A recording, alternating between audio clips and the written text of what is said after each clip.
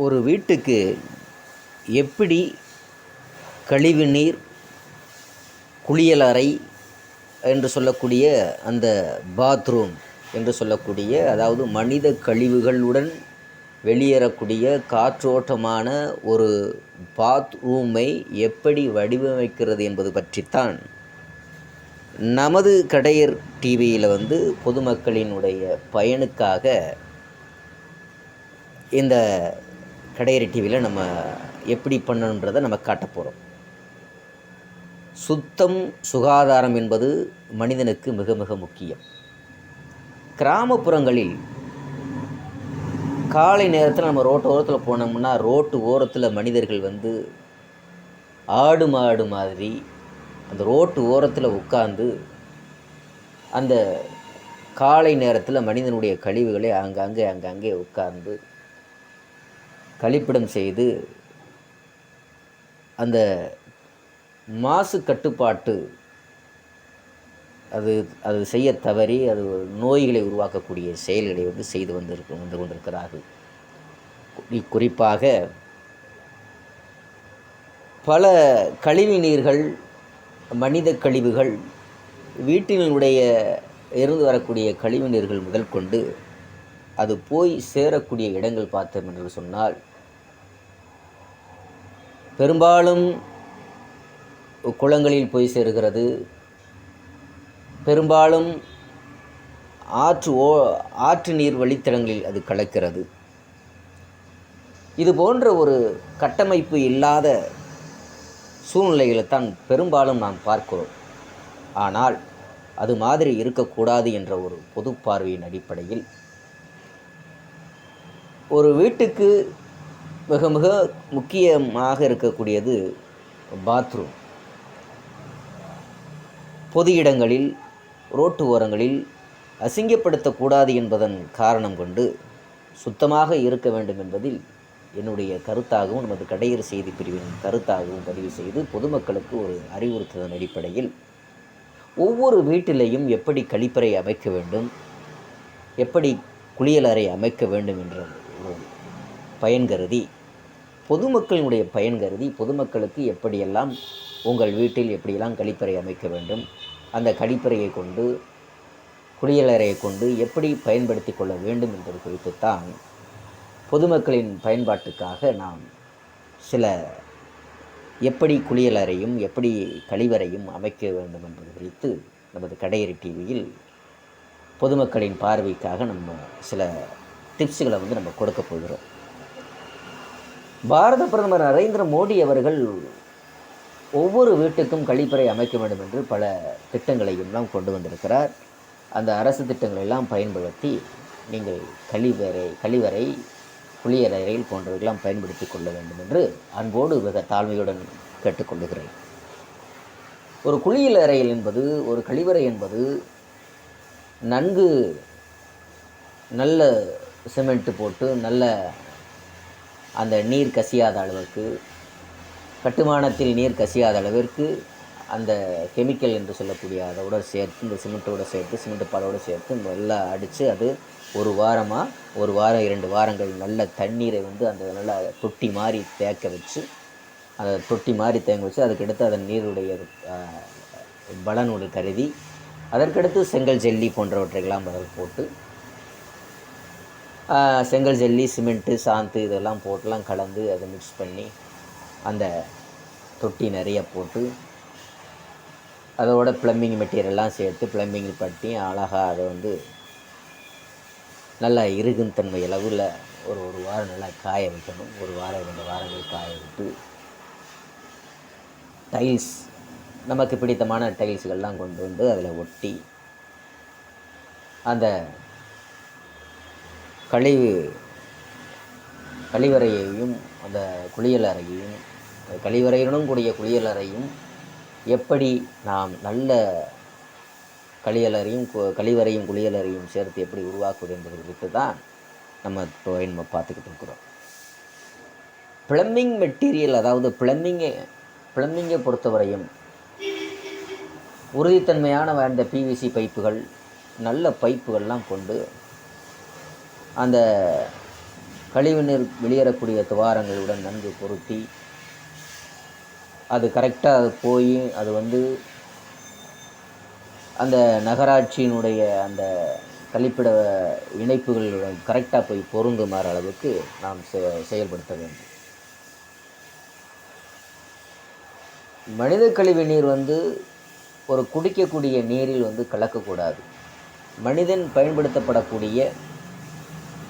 பயன்பாட்டுக்குரிய ஒரு நீரில் வந்து மனித கழிவு நீர் வந்து கலக்கக்கூடாது. இது அந்த காலத்திலிருந்து ஐதீகத்தில் இருக்கிறது. ஆனால் தற்பொழுது வரையும் பார்த்தீங்கன்னா நீரோடைகள் பார்த்தீங்கன்னா குளங்கள், ஏரிகள், கம்மாய்கள், அதே போல் ஆற்று நீரோடைகள், ஆற்று பகுதிகளெல்லாம் பார்த்தீங்கன்னா ஒவ்வொரு கிராமத்திலையும் ஒவ்வொரு பகுதியிலிருந்தும் ஒவ்வொரு நகரப்பகுதியில் இருக்க வரக்கூடிய கழிவு நீர்கள் வந்து அந்த ஆற்றில் தான் அது கலக்கக்கூடிய வகையில் தான் அது செய்து வந்திருக்காங்க. இதெல்லாம் எங்கெங்கே இந்த மாதிரி தவறுகள்லாம் நடக்குதுன்னு அரசு துறையில் பணிபுரியக்கூடிய அதிகாரிகள் அது கவனமுடன் மேற்கொண்டு எங்கெல்லாம் கழிவு நீர் வந்து ஆற்று நீர் போகிற பாதையில் அங்கே கலக்கக்கூடிய இடங்களை கண்டுபிடித்து அந்த இடத்தை சரி செய்ய வேண்டும். அதில் கழிவுநீர் கலக்காத வகையில் பார்த்து கொள்ள வேண்டிய பொறுப்பு அரசு துறை அதிகாரிகளுக்கு இருக்கிறது. அதை அரசு துறை அதிகாரிகள் செய்ய வேண்டும். அது கிராமம் முதல் நகரம் வரை இருக்கக்கூடிய பெருநகரம், சிறுநகரம் என்று சொல்லக்கூடிய பகுதிகள் எல்லாமும் குளங்கள், ஏரிகள், கம்மாய்கள் போன்றவற்றில் இந்த மனித கழிவு நீர், அந்த கழிவு நீர், அந்த சாக்கடை நீர் என்று சொல்லக்கூடிய அந்த வாட்டர் வந்து அந்த பகுதியில் வந்து ஊருக்கு அப்பால் வந்து கவர்மெண்ட்டுக்கு வந்து அரசு துறையில் வந்து அது ஒப்பந்த அடிப்படையில் சில வேலைகள்லாம் செய்து வருகிறார்கள். அப்படி செய்யும் பொழுது அந்த கழிவு நீரானது மனிதன் பயன்படுத்தக்கூடிய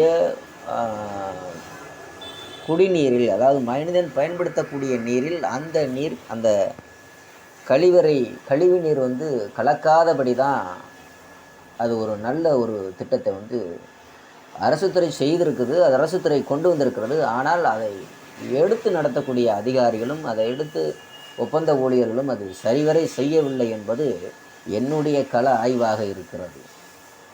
குறிப்பாக பார்த்திங்கன்னா தேனி மாவட்டம் கம்பம் லோயர் கேம்பில் இருந்துல வைகை ஆறு, அந்த வைகை அணைக்கட்டு பகுதி இருக்கக்கூடிய ஆற்று ஓரங்களெல்லாம் இருக்கக்கூடிய பகுதிகளெல்லாம் நீங்கள் பார்த்தீங்கன்னா ஒவ்வொரு கிராமத்தில் இருக்கக்கூடிய கழிவு நீர் வந்து அது வந்து ரேன்ஷன் என்று சொல்லக்கூடிய அந்த கால்வாயின் மூலமாக அது கொண்டு வந்து கடைசியில் பார்த்தீங்கன்னா முல்லை ஆற்று பகுதியில் தான் அது கலக்கிற மாதிரியும் அதை செயல்படுத்துகிறாங்க. இது வந்து அரசுத்துறை அதிகாரிகள் பல நூற்று ஆண்டு காலமாக அதை கண்டும் காணாதமாக இருக்கிறது வந்து மனிதர்களுக்கு பெரும் தொற்று நோய்களும் பெரிய பெரிய நோய்கள் எல்லாமும் வந்து அட்டாக் பண்ணும். ஒரு காலத்தில் மனிதர்கள் வந்து 150 வருடங்கள் 160 வருடங்கள்லாம் இருந்து வாழ்ந்த காலங்கள் இருக்கிறது. ஆனால் இது போன்ற மனித கழிவுகள் ஆற்று வழி பாதைகளிலேயும் ஆறு முல்லை நதிக்கரையில், அதாவது எங்கெல்லாம் ஆறு போகுதோ அங்கே அந்த ஆற்றுகளெல்லாம் அந்த கழிவு நீர்கள் கொண்டு போய் கலக்கிற மாதிரி அதை வச்சு விட்டு போயிடுறாங்க. கடைசியில் அந்த நீரும் கழிவு நீரும் குடிக்கக்கூடிய நீரும் அந்த நீரும் சேர்ந்து அது வந்து அப்புறம் வாட்டர் மேனேஜ்மெண்ட் சொல்லக்கூடிய அது பிறகு சுத்திகரிப்பு என்று சொல்லி கவர்மெண்ட் அதெல்லாம் அலாட்மெண்ட் பண்ணி கடைசியில் சுத்திகரிப்புனாலும் கூட அது வந்து மனித கழிவு நீர் அதில் பகுந்தது. அதில் வந்து கெமிக்கல்லாம் போட்டு செஞ்சு அந்த கெமிக்கல் நீர் போட்டு அதுக்கடுத்து ஒரு சுத்தமான குடிக்கிற நீர் மாதிரி கொண்டு வந்து கொடுக்குறாங்க. அந்த வந்து ஒரு தூய குடிநீர் என்பது வந்து அது ஆய்வுக்கு உட்படுத்தப்பட வேண்டும். ஆனால் சுத்தமான குடிநீர் வந்து இருக்க வேண்டும். அதற்கு இது மாதிரியான செயல்களை செய்யக்கூடாது என்பதன் காரணம் கொண்டி ஒரு திட்டமிடுதல் வேண்டும். ஒவ்வொரு வீட்டுக்கும் கழிவறை அமைக்க வேண்டும். அந்த கழிவறை வந்து எப்படி அந்த கழிவறையானது ஊருக்கு வெளியில் போய் அது ஊருக்கு ஒதுக்குப்புறமாக சென்று அது குடிக்கக்கூடிய நீரில் கலக்காமல், மனிதன் பயன்படுத்தக்கூடிய ஆற்று நீரில் கலக்காமல், மனிதன் பயன்படுத்தக்கூடிய குளங்கள், ஏரிகள் போன்றவற்றையெல்லாம் பயன்படுத்தாமல், விவசாயத்துறையில் பயன்படுத்தக்கூடிய நீர்களெல்லாம் கலக்காமல் இந்த நீரை சுத்திகரித்து அதை வேளாண்மை துறையில், அதாவது வேளாண்மை துறைக்கு உரமாக செல்லும் அளவுக்கு ஒவ்வொரு கிராமத்திலிருந்து நகரத்திலிருந்து ஒவ்வொருத்தரும் திட்டமிடுதல் பண்ணி இந்த கழிவு நீரை கொண்டு போய் சேர்க்க வேண்டும் என்பதுதான் சேர்க்க வேண்டும் என்பதனுடைய நோக்கம் கருதித்தான் நமது கடையறி டிவியில் பொதுமக்களின் பார்வைக்காகவும் பொதுமக்களினுடைய நலனுக்காகவும் பொதுமக்களின் நலனில் மத்திய மாநில அரசுகள் அக்கறை செலுத்த வேண்டும் என்பது மென்மேலும் அக்கறை செலுத்தி ஒரு சுகாதாரமான ஒரு வாழ்க்கையை அமைத்து தருமாறும் அதற்கு பொதுமக்களும் நன்கு ஒத்துழைப்பு தர வேண்டும் என்ற நோக்கத்தோடு தான் பொதுமக்களுக்கும் ஒரு பொறுப்புணர்வு உண்டு. ஒரு அரசு துறை ஒன்று கொண்டு வருதுன்னா அந்த அரசு துறைக்கு நாம் ஒத்துழைப்பு தர வேண்டும். அந்த திட்டத்தின் அடிப்படையில் நாம் ஒத்துழைப்பு தர வேண்டும். அரசு துறைக்கு ஒத்துழைப்பு, அதனால் நாம் நமது பகுதியில், அதாவது நமக்கு கொஞ்சம் இடம் கொடுத்து வீடு இருக்குன்னா அதுக்குள்ள பட்டா பகுதியில் நமக்குள்ள பகுதியில் தான் வீடு கட்ட வேண்டும். நமக்கு ஆசையாக போய் அந்த கார்ப்பரேஷன் இடங்களையோ அரசு துறைக்கு சொந்தமான ரோட்டையா மறைத்து வீடுகள் கட்டுவதும் காம்பவுண்டு சுவர்கள் கட்டுவதும் கூடாது.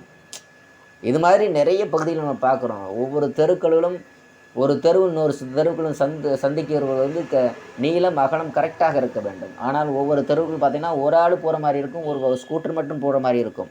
அது மாதிரிலாம் இருக்கக்கூடாது. ஏனென்றால் ஒரு காலகட்டத்தில் ஒரு மின்கசிவு ஏற்பட்டாலோ ஒரு விபத்து ஏற்பட்டாலோ தீயணைப்பு துறையில் இருந்து அந்த வண்டிகள் சென்று அந்த தீயை அணைக்கக்கூடிய செயலை செய்வதற்காவது ஒரு வண்டியாவது போய் வரக்கூடிய அளவுக்கு ஒவ்வொரு தெருக்களும் இருக்க வேண்டும். அப்படி இருக்கக்கூடிய தெருக்களுக்குத்தான் நகராட்சி முதல் கொண்டு கிராம பஞ்சாயத்து முதல் கொண்டு அதற்கு உரிய அனுமதி விட்டு அதற்கு வரி வசூல் செய்து அவர்களுக்கு உள்ள நலத்திட்ட பணிகளை செய்ய வேண்டும். அவர் உடஞ்சலுக்குள்ள செய்வதற்கு அவங்களுக்கு போய் அந்த பணி செஞ்சுக்கிட்டு இருந்து அவர்களுக்கு நன்மை செஞ்சுக்கிட்டு இருந்தால் அது தீய வழியில் தான் செல்லும். தீய ஒரு தீமையான ஒரு வழியில் தான் செல்லும். அது ஒரு நல்ல கட்டமைப்பு உள்ள கிராமம் முதல் கிராம பஞ்சாயத்து முதல் நகரம் சிட்டி வரை இருக்கக்கூடிய பகுதிகளை நன்கு உற்று கவனித்து எப்படி மக்கள் சுகாதாரமான ஒரு வாழ்க்கை தரத்தை கொண்டு வரக்கூடிய பொறுப்பு அரசு துறைக்கு இருக்கிறது. அரசு துறை கொண்டு வரக்கூடிய துறைகளும் அரசு துறை கொண்டு வரக்கூடிய திட்டங்களுக்கு மக்கள் முழு ஒத்துழைப்பு கொடுக்க வேண்டும். அந்த முழு ஒத்துழைப்பு கொடுக்கும் பட்சத்தில் தான்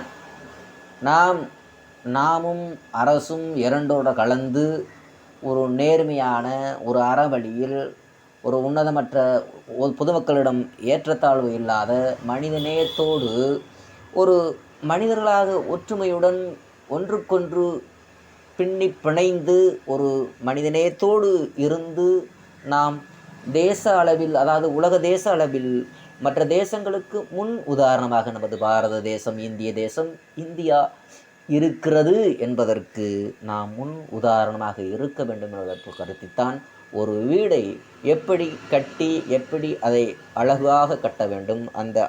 அந்த அழகாக கட்டிய வீட்டில் நாம் எப்படி நம்மளுடைய தூங்கும் அறை, நாம் வசிக்கக்கூடிய இடம், நாம் அதாவது வெளிப்புறம் காற்றோட்டமான பகுதிகளை உருவாக்கி அதை கழிவறையுடன் கூடிய குளியலறையும் சேர்த்து கட்டி நாம் மகிழ்ச்சியோடு சுற்றுப்புற சுகாதாரத்தோடும் ஒரு சுத்தமான ஒரு சுகாதாரத்தோடு நாம் குடும்பத்தோடு மகிழ்ச்சியாக வாழ்வதற்காக நாம் ஒரு கட்டமைக்க வேண்டும். ஒரு புதிய வீடை கட்டி அதில் குடியிருக்க வேண்டும். ஒரு காக்கை சுற்றுப்புறத்திற்காக காக்கை தன் கூடு கட்டுது, குயில் கூடு கட்டுது, குருவி கூடு கட்டுது.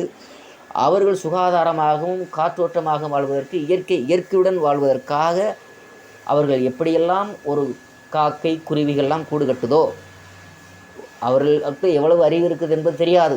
தேன் சிலந்தி, தேன் கூடு, தேன் போன்றெல்லாம் கூடு கட்டி அவர்களுடைய மக்கள் மகிழ்ச்சியோடு வாழ்வதைப் போல நாமும் நல்ல வீடுகள் கட்டி அதில் குளியலறை கழிவறை போன்ற கட்டமைப்போடு சேர்த்து நாம் நல்ல வீடு கட்டி அதில் மகிழ்ச்சியோடு வாழ வேண்டும் என்பதுதான் நமது கடையர் செய்தி பிரிவினுடைய முக்கிய குறிக்கோளாக இருக்கிறது.